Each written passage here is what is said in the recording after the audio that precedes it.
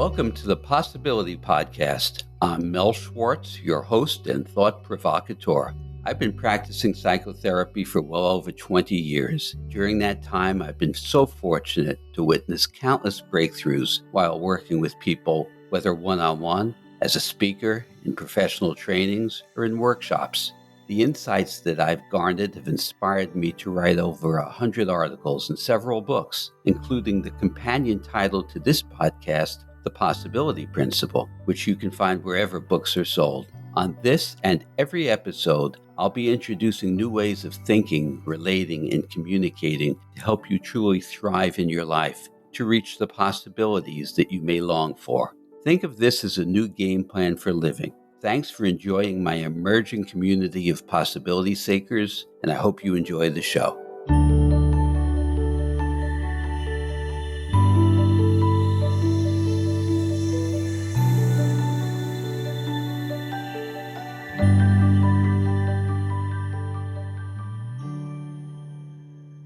Hello, everybody, and get ready for an interesting ride in today's episode. I'm going to be explaining a phenomenon in quantum physics. It shouldn't be difficult to understand, and as a reminder to all my listeners, I'm not a scientist, and in fact, I was an average student at best in science. But my new book, The Possibility Principle, explains how we can profit and benefit by looking at some principles of quantum physics to better understand our own lives and to make some adjustments in embracing the messages from quantum physics to allow us to live resiliently, joyfully, without fear, and on and on. In today's episode, we're going to be looking at how we can reclaim our lost sense of potential. I'm going to begin by explaining this phenomenon of quantum physics and how we can apply it to our own lives. One of the fundamental aspects of the quantum worldview is that elementary particles can sometimes exhibit what's called a schizophrenic nature. I'm using that term not in the clinical sense, but using the word schizophrenic to suggest it has a split personality. Physicists refer to this tendency in what is known as the wave-particle duality. Ordinarily, we believe that things either are or are not, that they are distinct in nature. This either-or thinking can also be called binary thinking, which leaves only two paths open to us. Binary thinking is a major aspect of how we observe and construct reality. And in later episodes, I'll be sharing with you what is wrong with that limited way of seeing reality. But this either-or reality apparently doesn't apply in the quantum realm and is questionable in our everyday lives as well. The quantum reality exists in a series of what is called probability waves, which have an infinite number of potential outcomes. This means that when a particle is not being observed, it doesn't exist as a particle. It exists as a wave or a wave form. In quantum language, that's a state of pure potential, also called superposition, pure potentiality. This term, superposition, proposes that as long as we do not know what the state of any object is, it actually exists in all possible states. In that sense, the wave represents pure possibility. But the act of observing the wave reduces the wave. The wave collapses and it becomes a fixed thing, a particle. This is called a wave collapse. Now, this may sound removed from our day-to-day world of relationships, fears, and anxieties, but I have found that metaphorically speaking, a similar thing occurs in our lives. When we have particular experiences or make certain observations of ourselves, or have them made of us, typically in childhood, by parents, a teacher, or friends, we experience the psychological equivalent of a quantum wave collapse. You see, as newborns or infants, if not at conception or in utero, we resemble the infinite potential possibilities of the wave. Our personality, our identity is not yet defined and exists in the state of pure potential.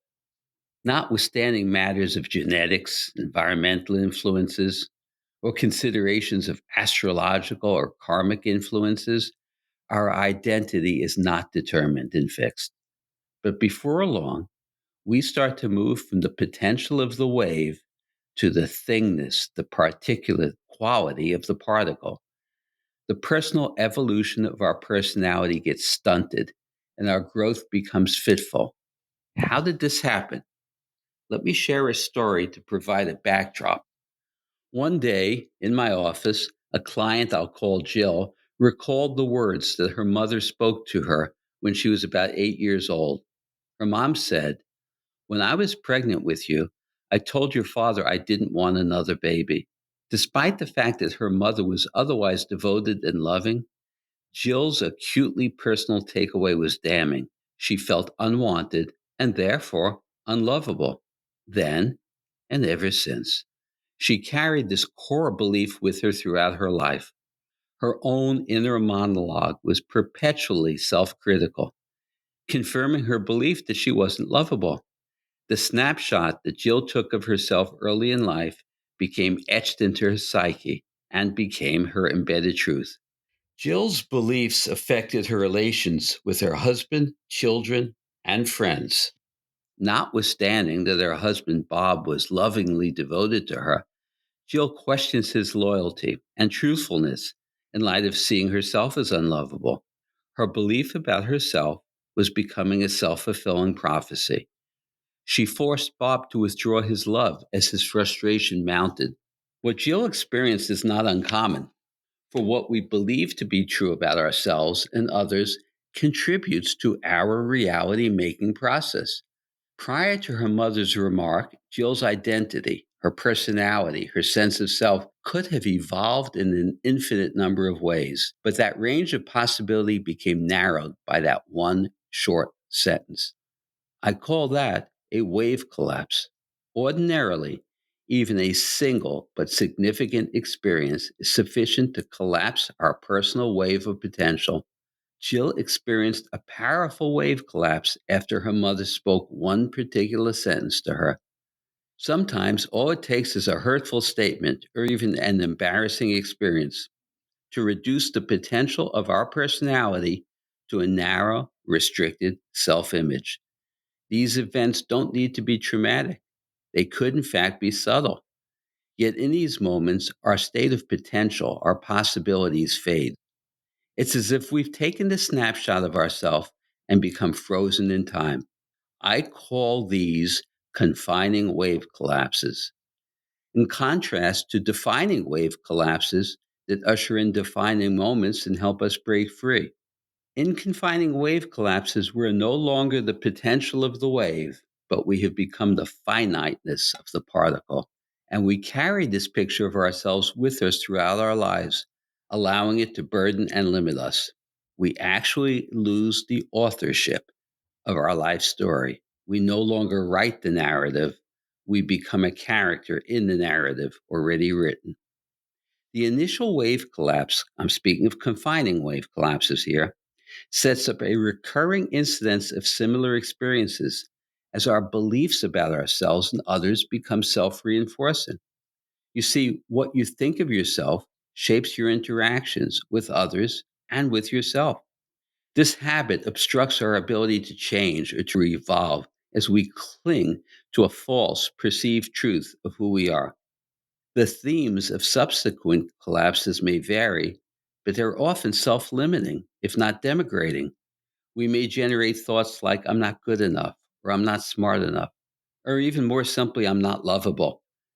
The actors who perhaps unwittingly participated in scripting our personal beliefs are typically our parents, but they may be our teachers, friends, relatives, and in some cases, even strangers. We cling to these habituated beliefs about ourselves in accordance with our primary wave collapses. In spite of new events, which should create dissonance and have us look at ourselves differently, like Jill's husband being so loving, they fail. And we tend to remain rooted in the way we see ourselves. Part of the reason that we experience change is hard. We become embedded in the groove of our self referencing beliefs, which blocks the opportunity for growth and change. Less dramatically than hurtful comments or abusive actions, the patterns of family dynamics may cause us to acquire certain personality traits. These influences tend to be chronic rather than acute and fly beneath our radar screen. For example, if you grew up in a highly conflicted or alcoholic family, you may have coped by developing a people pleaser or peacemaker persona. We can think of this chronic condition as an extended wave collapse rather than the result of an acute single event. I had referred another client, Helen, to meet a colleague of mine so that they might explore matters of mutual interest, professionally, that is. Helen made an appointment to meet with Jim at a conference that he was attending. When Helen arrived, Jim was engaged in conversation with others and he didn't notice her waiting to introduce herself. Shortly thereafter, Jim left the conference without acknowledging Helen. Helen said to me, "I guess I just wasn't important enough for him to meet me." She reported this as though it were an established fact instead of an interpretation, an opinion of her own making. I asked her how she knew this to be true and whether there might be other explanations. For example, I knew Jim to be notoriously absent minded. Could he have forgotten he was supposed to meet her? Or maybe he didn't notice someone waiting to introduce herself. In fact, he overlooked appointments with me in the past, and I certainly didn't conclude that I was unimportant. I suggested that Helen saw herself as not valuable, and she was projecting that insult onto Jim. At first, she resisted this possibility. She related some compelling stories, though, which revealed that as a child, she felt like her mother's servant, waiting hand and foot on her mother, a reversal of roles, so to speak. And her entire childhood was about her obedience to her mother. Helen was deprived of the value that every child deserves, and so she basically felt unimportant. This chronic wave collapse had disastrous effects on her self esteem. Throughout her life, her thoughts almost automatically continued to affirm this affliction. I'm not important. I just don't matter. Our primary beliefs about ourselves have been generated by our wave collapses, which orchestrate the quality and nature of our beliefs and thoughts. If, like Helen, our core belief is that we're not of value, we can predict the kinds of thoughts we might then experience. These thoughts measure ourselves against others, and the predictable result is that we see ourselves as subordinate to others. These thoughts and their resulting feelings can leave us trapped inside a self induced container of low self esteem. Well, I've given you an extensive explanation of what happens in a wave collapse. Now let's turn and look at how we can return to our state of pure potential. To free yourself from repeating harmful and confining wave collapses, consider this tenet of the possibility principle. In the nanosecond before your next thought, you exist in a state of pure potential. In the space between your thoughts, you're similar to the wave, full of possibility. But once you attach to the next thought, the ensuing wave collapses and we create a reality in that moment. If we continue to have self limiting or injurious thoughts, we remain adhered to the damaging effects of primary wave collapses. In therapy, clients often experience a breakthrough with me, a significant moment during which a highly anticipated insight becomes clear and illuminated. This event can present a new state of potential, and with it, the possibility of a breakthrough, a defining moment. The person I'm working with will then select which reality to summon by thinking either, "That's great, what a relief, I've broken through," or, regrettably, their thought might be, "What's wrong with me? Why has this taken me so long?" The first thought is self affirming and offers relief and possibilities, while the second is self critical and resists progress. You see, the thought you select will chart your path. Simply put, the thought we engage will summon the reality of our next moment. We can move forward in breaking into new terrain, or we can summon an old familiar thought, abandoning the insight. Obviously, we can choose vastly different experiences. The potential is all that exists prior to your next thought. Our struggle with change is in part caused by our habituation and habit of old thought. Old thought defends its territory. It doesn't loosen its grip on you easily. Helen's confining wave collapse of feeling devalued set in motion her lifelong inner narrative. I could see the automatic nature of her thought coming from the statement, I guess I wasn't important enough for him to wait for me. This type of thought, instinctive and programmed, burdened and afflicted Helen, as similar thoughts burden and afflict most of us. I worked with her to identify that thought and separate from it so she could see what the thought was telling her. This established another principle for her. If you can learn to see the thought, you don't have to become the thought. As we talked further, I asked Helen whether she attempted to contact Jim after the conference. She continued to cling to her story there wasn't any point in doing that because she had been blown off. I suggested that her thought had told her that she was blown off, but how could she actually know that? What she was doing was creating a storyline to conform to her beliefs and her personal history. Was she actually replicating wave collapses from earlier in life? Was this her thought stuck in an old groove? When I pressed her, she couldn't offer proof that she knew her story was true. Now, if we can't know for sure that our story is true, then we need to look at how we confuse our story with being the truth in any given situation. I asked Helen if it was plausible that she had believed an untruth about herself her entire life. She reconsidered and acknowledged that she might be personalizing events around her meeting with Jim so as to conform to her self image. When I explained to Helen the theory behind wave collapse, she grasped the concept.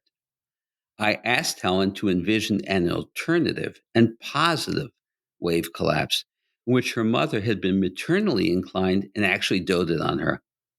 What then might her belief about herself be? She permitted herself this alternative point of view and considered that perhaps she wasn't irrelevant. Doing so meant that she also needed to embrace her discomfort as she moved beyond the limits of her familiar zone. Our work then focused on helping Ellen break free from her addictive tendency to malign herself, or more precisely, the habit, the tendency of her old thought. From that point on, her progress was impressive. She started to value herself, and this shift in self esteem led to her experiencing her relationships in an entirely new way. When Helen learned to sever the grip of her old identity, she created the opportunity to select a new and positive wave collapse, a defining moment with self affirming thoughts. Breaking free from the predictability of confining wave collapses simply requires uprooting the repetitive thoughts that inform our old belief. Notice the repetition of these old thoughts in lockstep with the wave collapse, and that will enable your shift. The quantum worldview of the universe tells us that reality appears to unfold inexorably and perpetually from a pure state of potential. Earlier, I referred to that as superposition. For us to access the universal potential, we must devote ourselves to apprehending that possibility, which lies in the instant prior to collapsing the wave with our next thought or feeling. Our thought literally summons our constructed reality. These thoughts emanate from the groove of old wave collapses, and therefore our thoughts represent our past experience. Learning to take a new snapshot and actualize new thinking will help script a new experience, allowing you to participate fully in your own evolving reality. Appreciating how the wave collapses in our lives informs a sense of self that's just essential in priming the pump for your change process. Often, the meanings we attribute to the events of our personal history prevent us from creating effective change, and we become reduced and see ourselves often as victims. Many adults have memories of abusive, loveless, or disappointing childhoods because they didn't receive the nurturing and love that is every child's birthright. But if we choose to keep focusing on the limiting events of our past, then we choose a present and a similar future that replicates the past. At some point, we need to stop choosing to believe the meaning we ascribe to our past and script a different present. I'm not suggesting that we avoid or suppress painful memories. By all means, we need to bring them into the light and process them. The goal, though, is to disarm the old memories and eventually release them. The thought that we choose in the present moment is almost entirely responsible for who we are in that moment. Remember, the moment you choose a thought, the accompanying feelings arise as well. So if we continue to summon old habitual thoughts, we'll never reclaim the potential that awaits us. What we are seeking are new wave collapses, defining moments that implant positive self reflections as we grow past the grip of the negative ones. In working with Jill, I asked her to reconsider what she could have said when her mother told her that she didn't want another baby. Jill could have said, "That makes me feel terrible and unwanted." Had she actually said that at that time or any time later, she might have experienced a positive defining wave collapse, which was self affirming. Simply reliving that encounter in a way that gave her some power became part of her healing process. By expressing her feelings, she was able to establish a much stronger, worthier sense of self. Now, instead of thinking I'm unlovable, which spoke to her fixed state of being, she could reframe her belief. I've thought of myself as unlovable, and now I know why. Now, this belief is amenable to change. Let's try an exercise. Think of a core belief you hold about yourself that limits your experience of yourself in your life. We think of these beliefs as truth. They may range from I'm not smart enough to people don't respect me, or it might sound like I'm a poor communicator, or conflict makes me uncomfortable, so I avoid confrontation. Whatever the core belief is, once you've identified it, ask yourself how you came to this belief. You might recall an embarrassing, shameful, or traumatic moment from earlier in life when this truth took hold. For example, you raised your hand in class to ask a question, and everyone laughed at how silly your question seemed. So you decided to never risk that exposure again. Now you play it safe and think long and hard before you speak.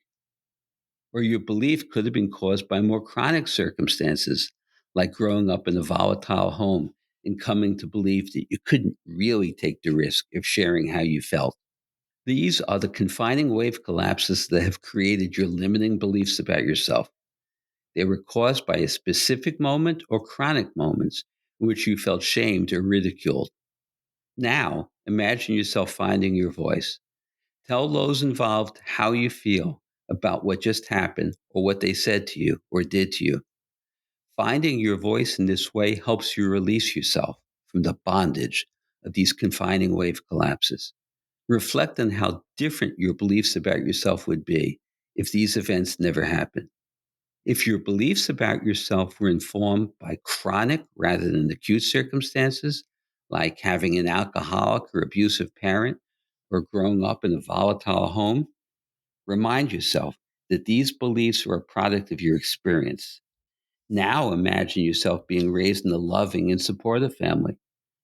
You see how differently you might feel about yourself? Once you choose to reclaim your potential, you stop being a victim of damaging circumstances.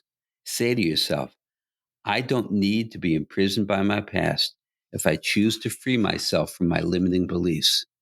You are more than your experiences, and an infinite potential awaits you as you allow your identity to break free and evolve. Once you learn to see how your beliefs are informing you, you're free to break into new terrain and achieve defining moments. Witness your thoughts and recognize the story they're telling you, and don't confuse them with being the truth. You can learn to rewrite your story. Many individuals were fortunate enough to have experienced exemplary, defining, beneficial wave collapses that affirmed them and help them to secure a strong sense of self. This typically leads to authentic self-esteem, and these people can craft their personalities free from constrictive encumbrances. But for those of us who haven't yet experienced such a gift, we can learn to overcome our burdens and reach our full range of possibilities. The way we've been trained to think that change is hard or implausible once again grows out of our operating worldview. This belief in inertia developed from the mechanistic worldview that I've described many times before, in which Newton pictured reality to be like a giant, inert, lifeless, hapless, machine like universe. And we became the cogs in that machine. The new worldview, coming from quantum physics, suggests that there is no separation. Everything is in perpetual flow and movement, and we can be too. We can embrace that potentiality, which invites us to free ourselves from aspects of the past that didn't serve us. We don't need to stay stuck like a fixed state of the particle, but we can ride the possibilities of the wave. I hope this has provided some insights for you. And now there is much significant work to be done in learning to understand the nature of old thought and break free from it. In a previous episode entitled Breaking Free from the Grip of Old Thought, I do explain the techniques for doing this. And of course, my book, The Possibility Principle, goes into great detail as to how you can identify your wave collapses and begin to break free from the old thought that limits you.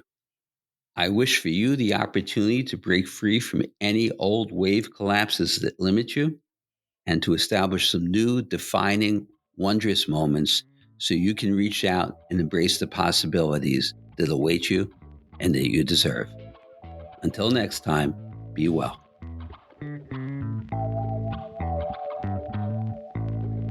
I hope you enjoyed this episode of the Possibility Podcast with me, Mel Schwartz. To learn more about this topic and related subjects, please be sure to check out The Possibility Principle, my book, at thepossibilityprinciple.com. I always welcome and look forward to your feedback. Please leave a comment at the show notes for this episode at melschwartz.com/podcast or simply send me an email at mel@melschwartz.com. You can also use that email address if you'd like to be a caller on a future show and have a topic you'd like me to discuss. If you never want to miss an episode, find the Possibility Principle in Apple Podcasts or wherever you listen, and be sure to hit that subscribe button. You'll get new episodes as soon as they are released. And if you know anyone who might benefit from the Possibility Podcast, please tell them about the show. Thank you for listening, and until next time, have a great day and keep summoning up those new possibilities.